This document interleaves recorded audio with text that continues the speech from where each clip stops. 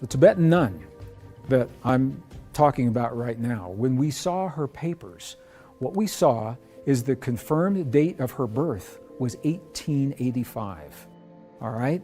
And the year that I was with her was the year 2005. We went back again in 2008.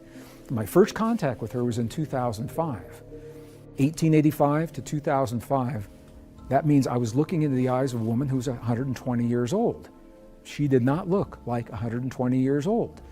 She lived in a single room. She walked to the river every morning, down a hillside to bring up the water. She grew a lot of her own food in the vessels and the vases that were available to her. Basil, tomatoes, herbs that she would eat every day in a very, very minimal diet. She was good, healthy, strong, and vital. And that told me that something is happening with her that maybe is happening with other people. Well, interestingly, I asked her what was her secret, and she looked at me through the translator and she said one word: compassion. She said, that's what we learn in these monasteries. That is the essence of our Buddhist teachings. It's all about compassion. We'll see in a moment why compassion would have an effect of longevity. Before we do that, I want to show you a couple of other cases because I want you to see this isn't an anomaly. It wasn't long after I met this Tibetan woman that the national media ran a story about a woman in the Palestinian territories. And you're seeing her face on the screen right now because she made national news. This was on the Associated Press. This woman, when you look at her, ask yourself how old you think she is, because here's her story. She went shopping one day. She hadn't been out for a while. She had to go through a military checkpoint that she didn't have to go through before, didn't exist before. They looked at her papers. They said, your papers are expired. You have to go to the authorities and get some new papers. And that's when she made headlines, because when they checked back through her records, they found that her date of birth was 1888. And the woman you're looking at in the year 2008, she is 120 years old. Now, I'm not saying that she looks like she's in her 20s, but I think she looks really good for 120 years old. Her eyes are bright, her skin color is good, her teeth are good, she still has her hair.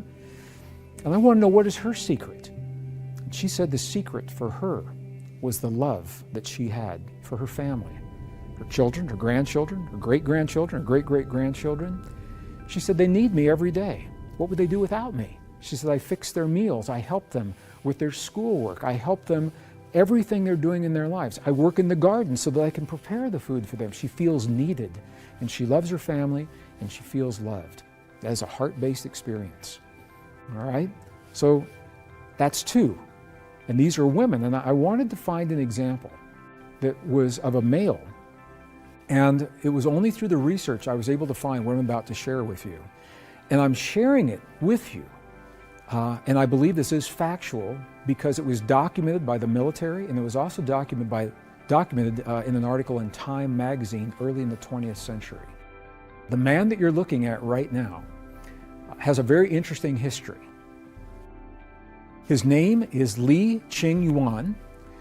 The image that you're seeing is a photograph that was taken of him in 1927 by the Chinese military. He was at the residence having a meal with an army general at the time. He was born in Sichuan, China.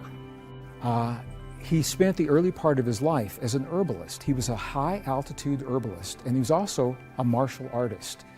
So he lived in high elevation, thin air, a minimal diet of very specific kinds of herbs, and he learned about the energy of the human body through martial arts.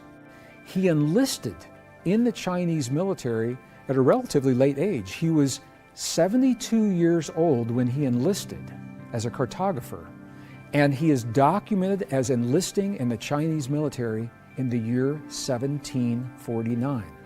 Now, the Chinese keep meticulous records, and that's why I trust these records. 1749, he left the military, and he went back to his home in the mountains after he served as a cartographer at the age of 97, and 3 years later, the military records sent him a congratulations on his 100th birthday. That was the year 1777. They sent him another congratulations on his 150th birthday, and the records show this very clearly, in the year 1827, and this is where it gets really, really interesting, they sent him another congratulations for his 200th birthday in the year 1877. He died May 6th, 1933. His birth date, now the two different dates, he said that his birth date was later. He said he was only born in 1736. The military records, however, show that he was born in 1677. So either one of these is showing a man of tremendously advanced age. His age at death, was either 197 or 256. And this borders on what are called biblical ages. When he died, he was 7 feet tall. He had accomplished 14 marriages over 11 generations, and by some estimates had as many as 180 children that were attributed to his marriages. Time magazine wrote an article on him, on Lee, and actually did an obituary May 15th, 1933. They acknowledged the validity of his longevity. And in this article, they asked, what was the secret to his long life? Before he had died, he had shared that secret. The secret, he said, was all about the heart. The secret was to keep a quiet heart. Now, this is not typical. I don't think it's the oldest, because the time that I have spent in Tibet, the monks and the nuns have told me that there are yogis that are much older. But I'm not sharing those with you here, and here's the reason why. I cannot document it. I cannot say to you factually, as a scientist, those yogis are actually 400 and 500 years old. And the truth is that the lives that I am told they live don't sound like very exciting lives. They live lives of ascetics, very little clothing, they don't move very much, they spend a lot of time in meditation, and their bodies they're strong and they're healthy, but they're not as engaged in everyday life. If I'm going to live 200, 300, 400 years old, I'd like to be very engaged in everyday life.